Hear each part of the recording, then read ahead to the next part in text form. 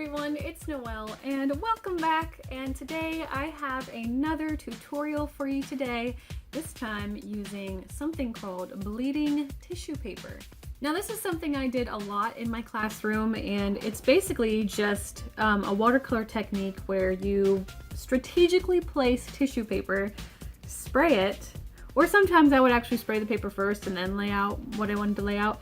But what happens is this stuff then lets out pigment all over the surface of the paper, and then it gives you like this really neat watercolored marbled effect. So I have two pieces of paper here, and I am going to do two different kind of pictures. I wanted to do like a galaxy, but you know, it's fall, so I wanted to incorporate some fall colors. So we are going to take it over to this camera here and we'll get started. Now before you get started, make sure you are wearing clothes you are not going to miss, because these do have a tendency to stain. And so, let's see, I'm thinking this will be the galaxy side and this will be the fall kind of color side. And now you don't really have to, like, I don't know, just have fun with it. I don't really know what I'm gonna do yet. Just have a bunch of colors here. I don't know, do I want to spray the paper first? You know what, I'm gonna spray the paper first. Okay, so right here I just have two pieces of, it's like a really cheap watercolor paper. I got these years ago on sale at like AC Moore. But when I did this in my classroom, we had like special like glossy paper and it worked really, really well on this. So I'm just taking a spray bottle full of water and I'm just spraying the surface. Now, if you know what, I should have just let that one go, but I'm just gonna, you know what, if that one dries, whatever. These are just tacked down with sticky stuff. Sticky tack. And we're just gonna place the paper on. So this is my little galaxy. And you I told my kids, tap, tap. Tap, tap the paper so it sticks. And so you might even see it'll start to just give off a little bit of pigment. If your paper starts to get dry, just go ahead and spray it again. It won't hurt anything. But when you do spray, try to keep like your spray bottle, you want it like set to mist for one, but you also don't want to be spraying directly like down here or anything. Spray upwards. That way you're not making the paper go all over the place. You can even like just sprinkle it on there. I've had kids do that too. But if you're like me and you want to try and make something interesting, maybe you'll want to strategically place things. Already some of the pigment's starting to rub off on my fingers. Sometimes the tissue paper is not going to be like true to color, since they use a lot of different pigments to create the piece of paper that you see. Whatever like comes out on the paper is not the color that you place down. Like for instance, this will probably be like a brown or like a dark blue instead of the cool black that you see here. I'm just gonna spray this a little bit. You know what, I'm gonna let this one up because I do wanna show you guys the dry method too. Didn't think about that. So I'm just gonna let that go off to the side. Just put some dark blue here. And just have fun with it. It's nothing like insanely difficult. And also this would be like a really interesting way to give you backgrounds in drawings. So say you have like a character in the foreground here, but you don't want to get any of this color on them. You can actually cover the character with something called a masking fluid or frisket, and that is essentially a way of preserving that white area. Because a lot of the time when you're using watercolor, there is a tendency to not be able to well, what happens is sometimes it's hard to control the watercolor. So that's what I'm trying to get at. Oh my goodness, I need some coffee. I just can't think this morning. So already we're getting some bleeding here, and it is turning like kind of it's like a purpley bluish, brownish, not blue, but brown. It's like a purpley brown color. And you know, no big deal, it's whatever. So I'm just gonna kind of start getting a little haphazard. And another thing is too, it's really fun to like actually layer, like, oh, I didn't mean to do that, but you can do that too. You can layer different colors on top of each other, and that makes a really cool effect too. I don't really know what I'm going for here. This probably isn't going to be a galaxy. It's probably just gonna be whatever turns out. And make sure you use like a ton of different colors. You want to use like a lot of gradients. You want to give yourself a little bit of stuff. I can't think when I'm working. Is anybody else like that? Like I'm just so methodical. I can't think when I'm doing stuff. I'm like that when I drive too. Sometimes I can't think. I can't do more than one thing at a time sometimes. So I had a lot of blue. There was like a lot of blue in this packet. Just laying it down. So we're gonna see what turns out here. I am interested to see how this pans out. Maybe I'll add some more black. See how that black turns out. I mean, I need to wet my paper again. Ooh, move this stuff out of the way.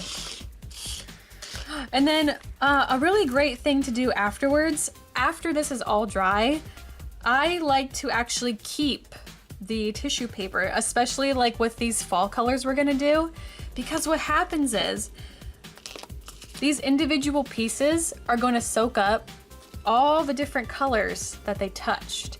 And that makes some really neat, like collage-y, I made some like really cool collage type of things with the different colors too.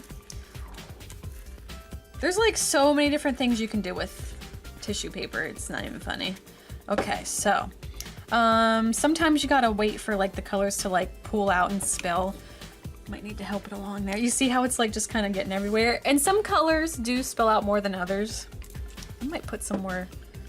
Let's see, what color is going really, really well? That blue is. Let me put some more of this blue down. I'm not a big fan of that black turning brown, but it happens. You can't really control that. So I'm going to try to put some papers where I see some white spots. And I'm just getting a little crazy. And, you know, it's not like a project that you have to do like, oh my goodness, I have to like make all my time count. It's pretty chill, you know. It's pretty relaxing. You don't have to worry. You don't have to race the clock or anything. Because it's just for fun. It's a fun project. You should relax. Take your time. No need to rush. I already like what's going on here too. So I'm gonna spray this one more time just to really get some of those colors going all over the surface of the paper. You know what, I might spray. If it's like really tacked on there, it's okay to spray directly.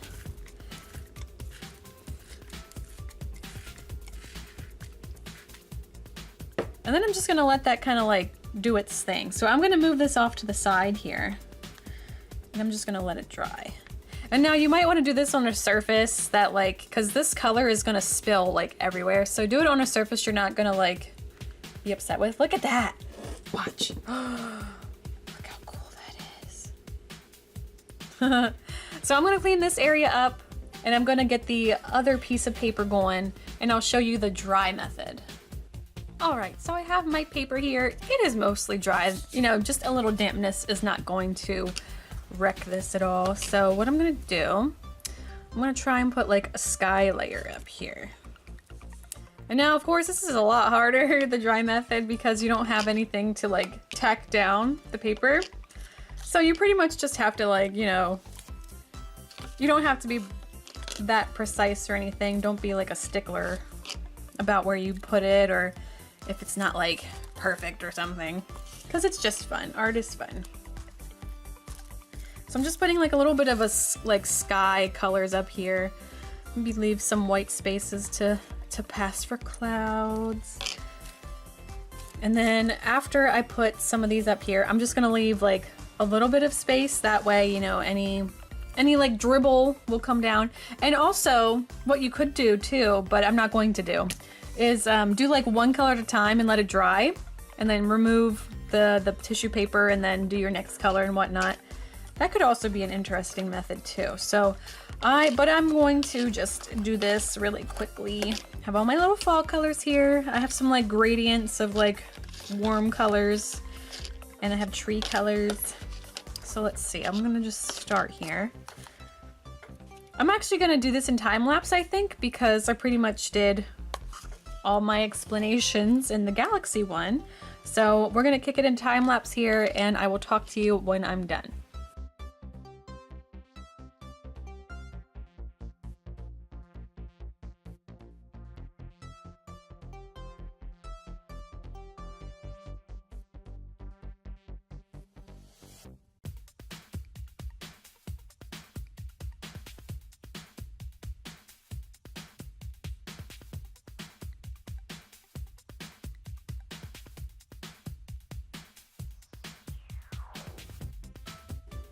So I got a little bit messy towards the end there, kind of just threw some of the papers on, but that's okay. You know, it's just, I'm not one to be that precise, and I'm not like expecting a masterpiece or anything. I'm just kind of having fun. I'm really excited to see how these colors play out, because like fall colors and also springtime colors are my favorite kinds of tissue paper to do, especially like the pastel effect that like more springtime colors make. So I'm just going to spray this up here on a fine mist. I'm just trying. It's hard. Maybe, you know what? Maybe I'll do it at an angle. Here we go. There we go. Yeah. Okay. So these are gonna mingle a little bit, and already you can see them having a little party on my paper. I don't think I'm gonna play too much with these right now, since I really like how they were laid out. So we're gonna let both of these pieces dry, and we'll come back to them when they are finished. The Galaxy one is not completely dry, but that's okay. The colors should still be adhered to the paper, so it's not a problem. Now, you're going to get more of a rich color payoff when you use the wet method. I accidentally moved a couple of my leaves, and I did notice that some of the color was not completely on the fall scene, which does happen with the dry version, as you can see. Here. Woo. Now, if we would have like wet this a lot more, I guess I did not wet it enough. Like up here, it got pretty cool, but and feel free to reuse these. You can actually reuse them probably maybe 2 more times, these pieces, and you'll still get a little bit of color payoff.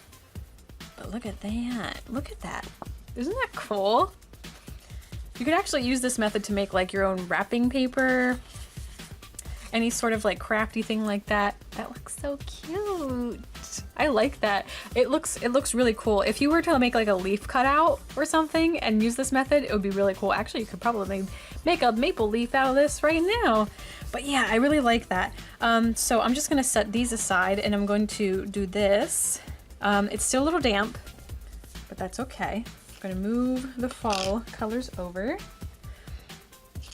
and I'm just going to peel this off. Now, since these colors are much darker too, we're gonna see a lot more going on. Ooh, cool.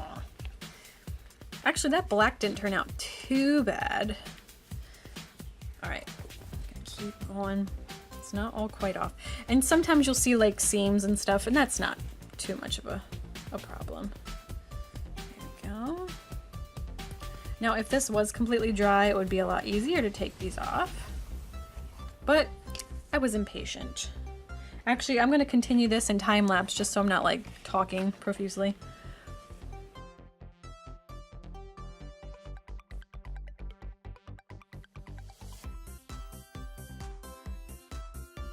Now, after it's all done, this would be the time to like add any like stars or like splatter things. I mean, look at how this turned out in the middle here. That looks so cool. Yeah, so I'm gonna actually move it back over to the other camera, and we're gonna say goodbye. Well, I had so much fun doing this. This is a technique that I absolutely loved doing in the classroom. It's really fun.